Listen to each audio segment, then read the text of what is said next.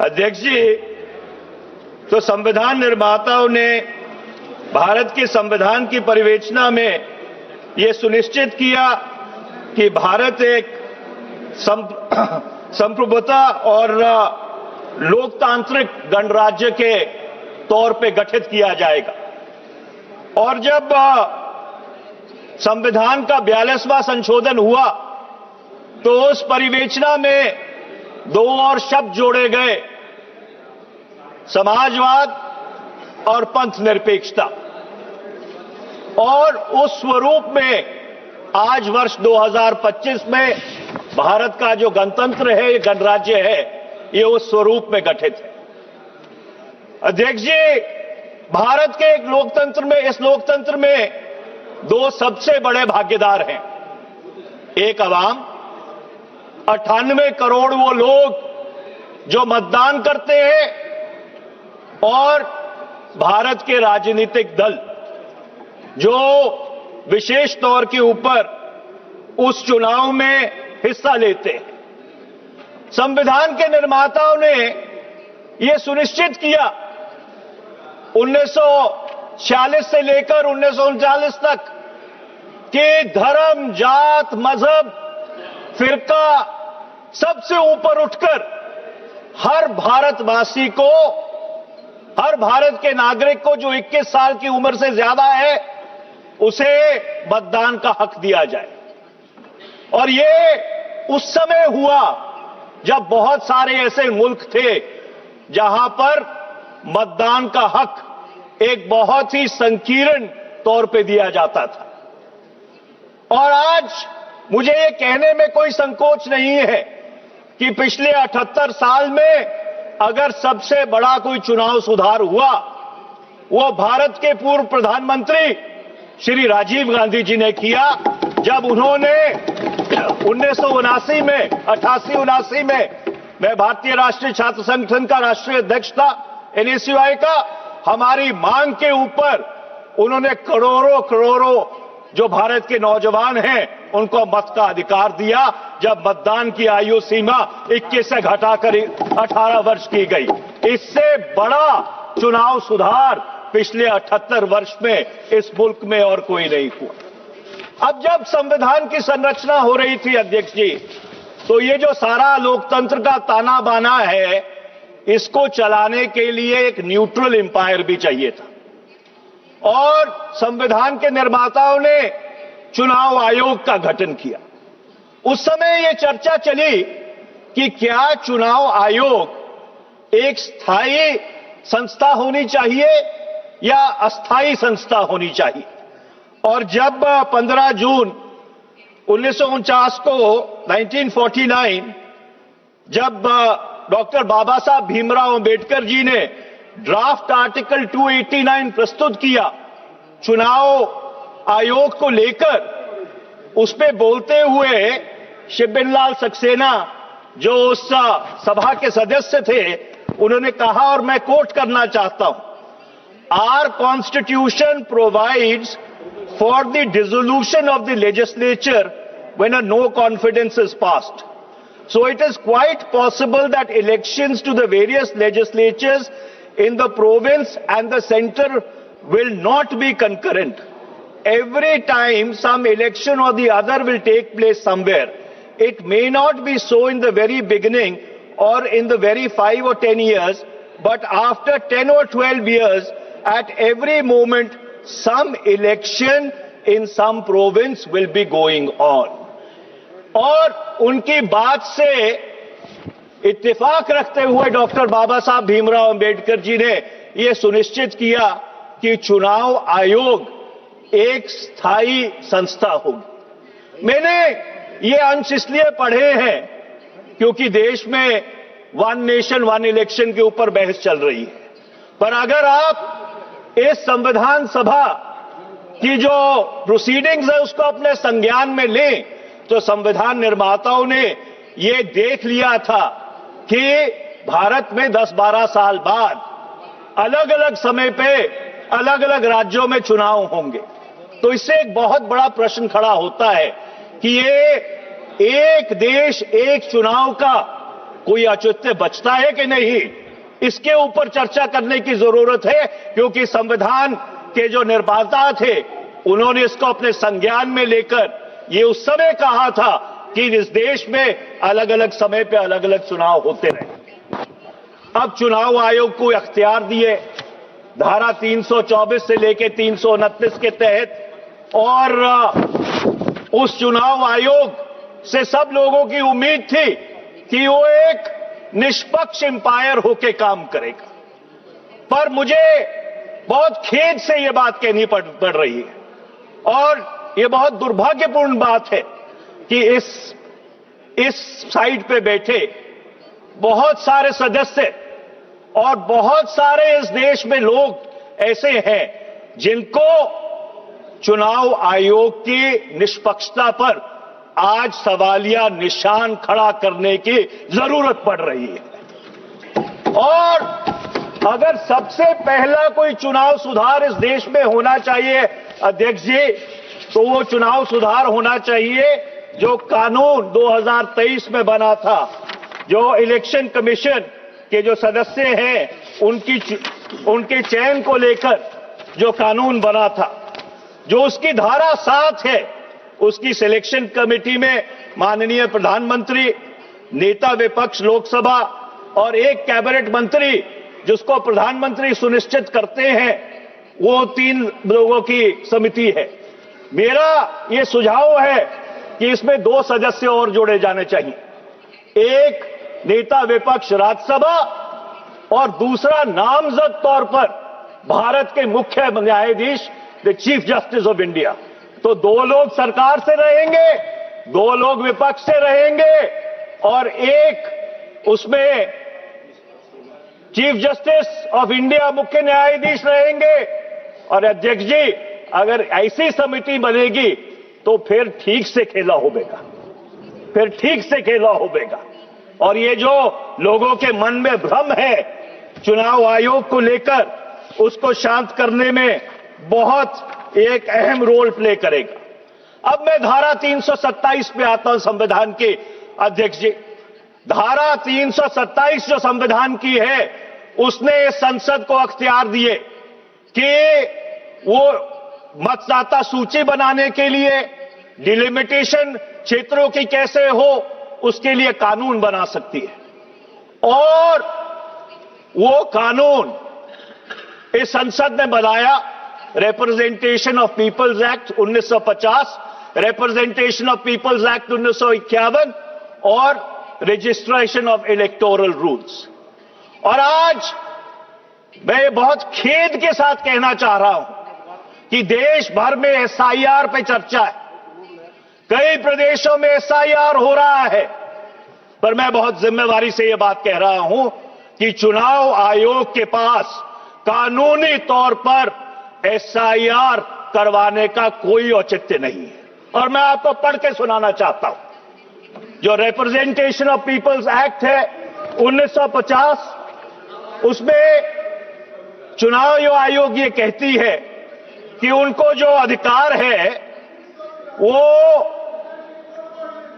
Section 21 से मिलता है। मैं 21 पढ़ के सुनाना चाहता हूं।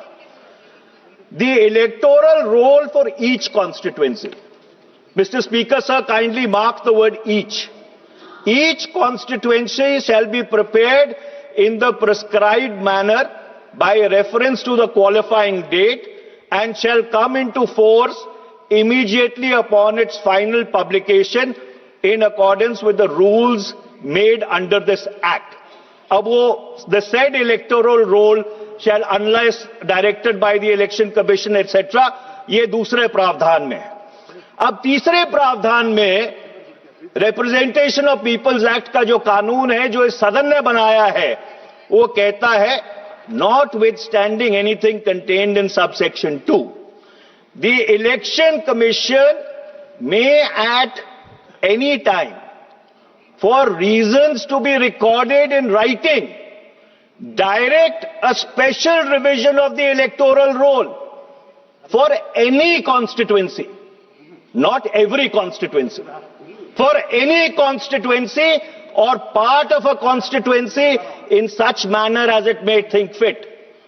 आगे कानून ये कहता है जो इस सदन ने बनाया है, provided that subject to the other provisions of this act, the electoral roll for the constituency, एक particular constituency, as is in force at that point in time of issue of any such direction, shall continue to be in force until completion of the special revision so directed. अध्यक्ष, इसका क्या मतलब है? इसका मतलब ये है कि ना संविधान में ना कानून में स्पेशल इंटेंसिव रिवीजन का कोई प्रावधान है। ये सिर्फ एक अख्तियार चुनाव आयोग को दिया गया था कि अगर किसी क्षेत्र में कोई गड़बड़ी है इलेक्टोरल रोल के साथ, कोई मतदाता सूची ठीक नहीं है, तो उसको ठीक करने के लिए for reasons to be recorded in writing and reasons to be made public, तो ही आप एसआईआर कर सकते हैं। आप पूरे बिहार के लिए एसआईआर नहीं कर सकते, आप पूरे केरल के लिए एसआईआर नहीं कर सकते, आप पूरे पश्चिम बंगाल के लिए एसआईआर नहीं कर सकते। आप एसआईआर अगर करना चाहते हैं तो हर कॉन्स्टिट्यूएंसी में, हर चुनाव क्षेत्र में अलग अलग जो आपको खामियां लगती हैं, उन खामियों को रिकॉर्ड करके इन राइटिंग उसको सार्वजनिक करके फिर आप कर सकते हैं। मैं सरकार से पूछना चाहता हूं कि कहां है वो रीजंस रिकॉर्डेड इन राइटिंग?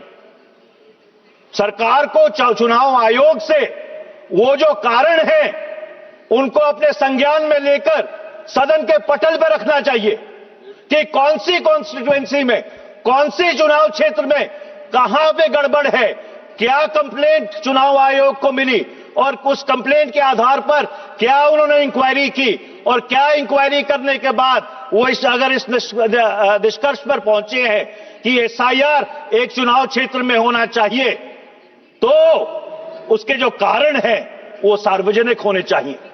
और दुर्भाग्यपूर्ण बात यह है कि इस बुनियादी प्रश्न के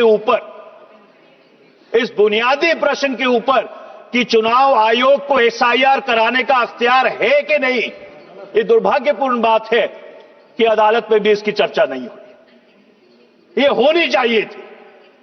और आज मैं सरकार से मांग करना चाहता हूं कि हर संसदीय क्षेत्र, हर असेंबली क्षेत्र जहां पे एसआईआर हो रहा है, उसके कारण क्या है वो सदन के पटल पर रखने चाहिए। देश को ये जानने का हक है कि ये एसआईआर किस तरह से करवाया जा रहा है। अब मैं ईवीएम्स पे आता हूं अध्यक्ष। ये जो इलेक्ट्रॉनिक वोटिंग मशीन है, लोकतंत्र एक भरोसे पर चलता है अध्यक्ष, और वो भरोसा क्या है कि जब वो 98 करोड़ लोग जाकर उस लाइन में खड़े होते हैं, 5-5, 7-7 घंटे कभी कभी धूप पे खड़े होते हैं। आप राजस्थान से आते हैं, आप जानते हैं कैसी चिलचिलाती गर्मी रहती है मई जून में।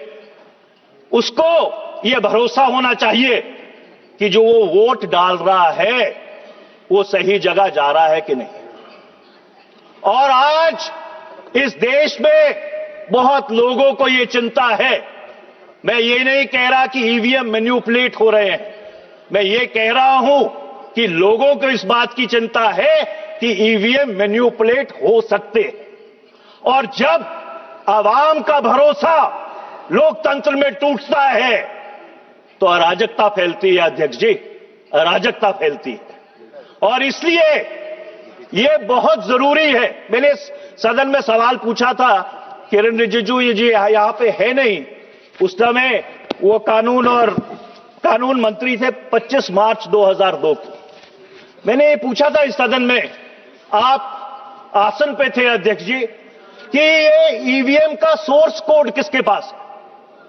ये ईवीएम का जो सोर्स कोड है, ये क्या उन कंपनियों के पास है जो ईवीएम बनाती हैं, कि ये चुनाव आयोग के पास है? Who has the source code of these EVMs? I did not receive an answer that day. I have not received an answer till now.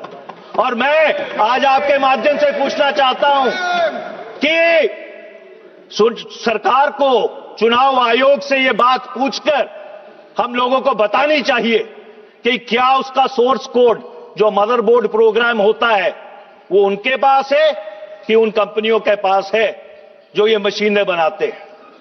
और मैं अध्यक्ष जी बहुत जिम्मेदारी से यह बात कह रहा हूं कि इसका ये जो लोगों में आशंका है इसको हल करने के दो ही तरीके हैं। या तो 100% वीवीपैट की काउंटिंग हो, 100% वीवीपैट की काउंटिंग हो, और या जो से बढ़िया सोल्यूशन है कि हमको पेपर बैलेट पे वापस चला जाना चाहिए। बहुत सारे ऐसे मुल्क थे जिन्होंने ईवीएम का प्रयोग किया था, जापान, जर्मनी, अमेरिका, जहां पे आजाद हुए थे, वो सारे पेपर बैलेट पे वापस क्यों चले गए? क्या कारण था कि वो पेपर बैलेट पे चले गए? वो कारण ये था that after all the EVM is a machine and any machine can be manipulated। और मैं अध्यक्ष जी एक बात कहना चाहता हूं कि अगर ईवीएम में सब कुछ ठीक है, सब कुछ बिल्कुल पारदर्शित है, everything is coaster, everything is above board, 6 प्रदेशों में चुनाव होने जा रहे हैं, केरल, तमिलनाडु, पश्चिम बंगाल, असम, पुडुचेरी, पेपर बैलेट पे करा लीजिए ना चुनाव, दूध का दूध पानी का पानी हो जाएगा। देखिए, चुनाव आयोग को तो चुनाव करवाना है, चुनाव आयोग को तो चुनाव करवाना है। चुनाव आयोग को क्या फर्क पड़ता है ईवीएम से हो या पेपर बैलेट से हो?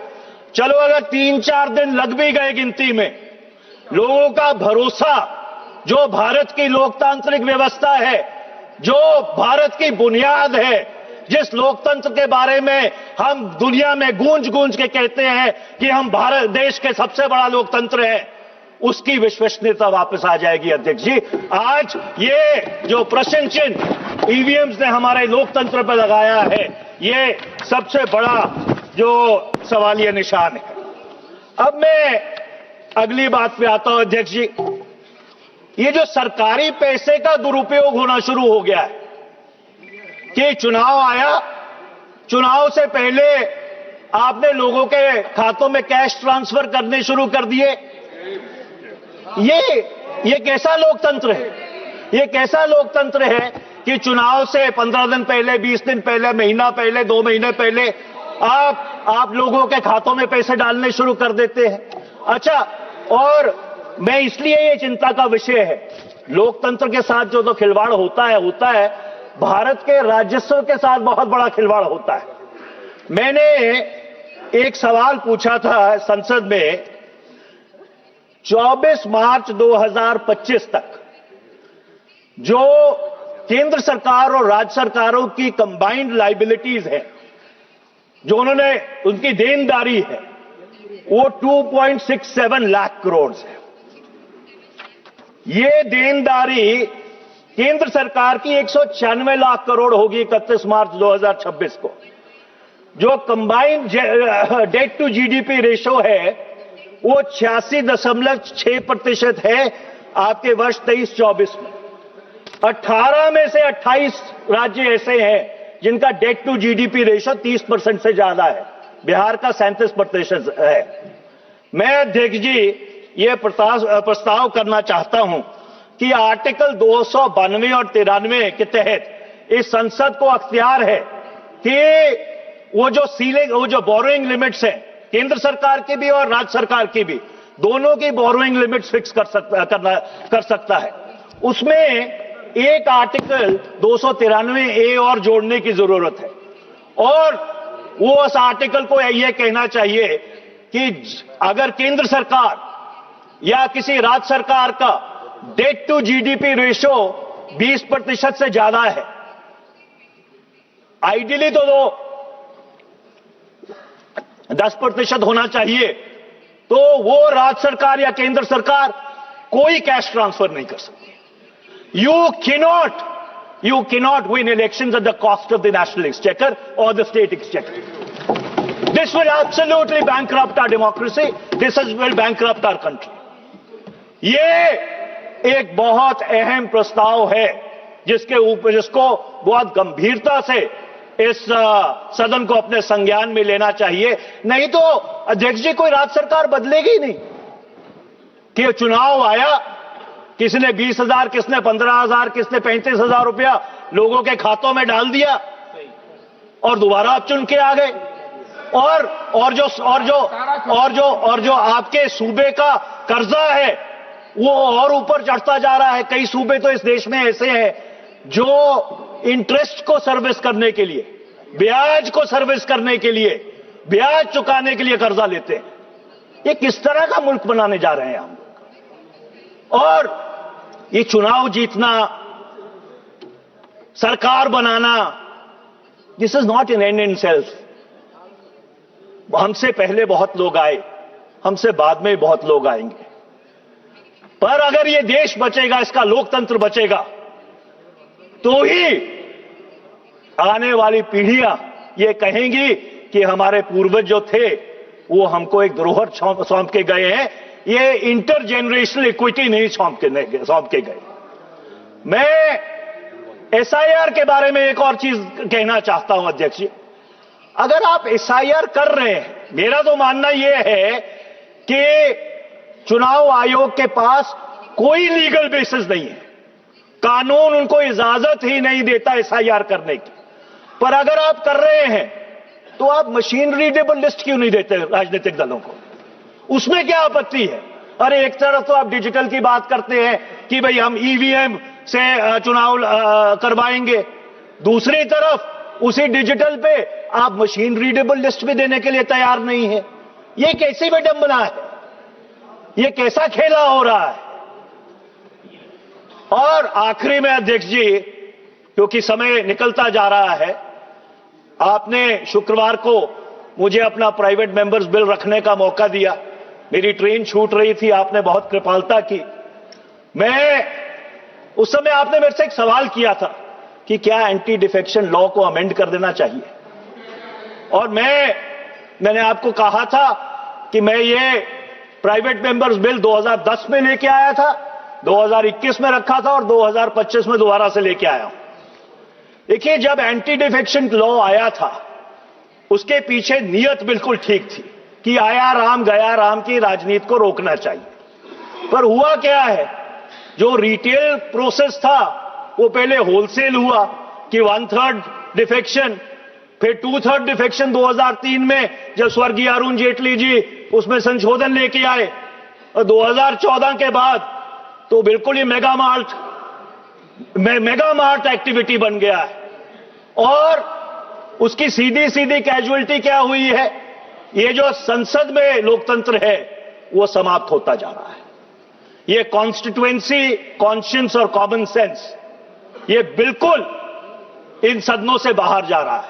अध्यक्ष जी, कभी आपके पास इतना रिसर्च का ताना बाना है, कभी आप एक रिसर्च करवा के देखिए 1950 से लेकर 1985 तक इसी सदन की डिबेट की क्वालिटी क्या थी, और 1985 से लेकर 2025 तक उस चर्चा की क्वालिटी क्या रह गई, और दूध का दूध और पानी का पानी हो जाएगा। तो अध्यक्ष जी, मैं आखिर में यह कहना चाहता हूं कि मेरी 3 मांगे हैं, क्योंकि चुनाव सुधार के ऊपर यह चर्चा है। सबसे पहले तो वो इलेक्शन कमीशन के अधिकारियों का चयन करने का कानून बदलिए, उसमें नेता प्रतिपक्ष को शामिल कीजिए राज्यसभा के, और नामजद तौर पे चीफ जस्टिस ऑफ इंडिया को शामिल कीजिए। जब बैलेंस रहेगा तभी तो क्या कहते हैं खेल ठीक होगा ना। और दूसरा, ये एसआईआर बंद कीजिए।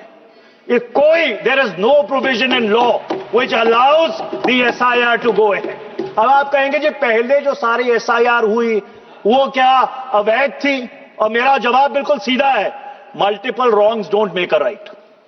अगर किसी ने उस समय कानून नहीं देखा, इसका यह मतलब नहीं है कि जो जब हो रहा है वो सही है। और जिस तरह से कथाकथित खुदकुशियों की खबरें आ रही हैं, बीएलओ खुदकुशी कर रहे हैं, जिस किस्म का प्रेशर उनके ऊपर है, ये किस तरह का एसआईआर हम करवा रहे हैं इस देश में।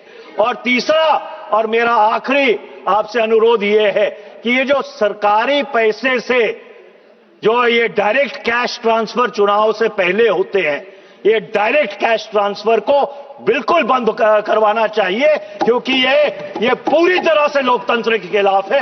आपका बहुत बहुत धन्यवाद अध्यक्ष जी, आपने बहुत धैर्य से सुना।